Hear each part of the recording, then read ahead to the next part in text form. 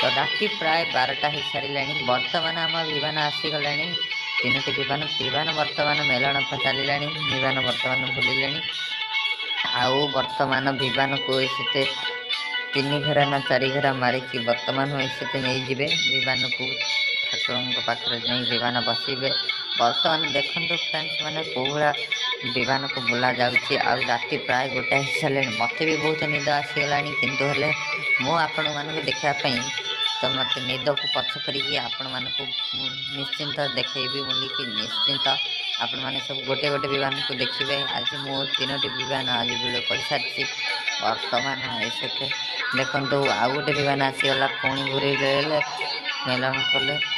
ଯାହା ହଉ କେତେ ମାନେ ପ୍ରଭୁଙ୍କର ଆଜି ଲୀଳା। ରାତି ପ୍ରାୟ ଦେଖନ୍ତୁ 1ଟାରେ କେତେ ଲୋକ, ଆଜ୍ଞା କେତେ ଲୋକ ପୁରା ମାନେ ଚେଇଁଛନ୍ତି, ଛୋଟରୁ ବୁଢ଼ା ଯାଏଁ। ଆଜ୍ଞା ପୁରା ବହୁତ ଲୋକ ରାତି 1ଟାରେ ଆପଣଙ୍କ ଏରିଆରେ ଯଦି ଏମିତି କିଛି ଦୃଶ୍ୟ ମିଳେ ମୋତେ ନିଶ୍ଚିନ୍ତ କମେଣ୍ଟ କରିବେ। ତ କେମିତି ଲାଗିଲା ଭିଡ଼ିଓ?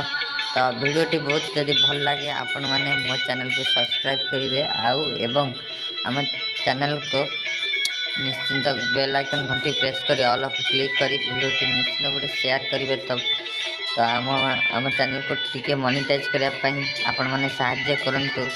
ତ ଆଉ ଭାଇମାନେ କ'ଣ ଆଶା କରୁଛି ଭଲ ଥିବେ। ତ ଏମିତି କିଛି ନୂଆ ନୂଆ ଭିଡ଼ିଓ ଦେଖିବା ପାଇଁ କାଲି ଆମର ହୋଲି, ଆଉ ଆଜି ପୁରା ରାତିରେ ପୁରା ମାନେ ବିମାନ ସବୁ ବୁଲା ହେଉଛି। ବୁଲା ହେଇକି ବର୍ତ୍ତମାନ ଠାକୁର ଯିବେ, ଏବେ ବସିଯିବେ।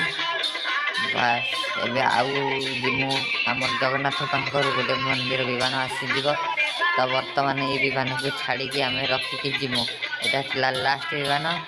ବର୍ତ୍ତମାନ ସେଟା ରଖିଦେଇକି ଆଜ୍ଞା ଆମେ ଚାଲିଯିମୁ। ଆଉ ଗୋଟେ ଜଗନ୍ନାଥ ବଡ଼ ବିମାନ ଆସିବ।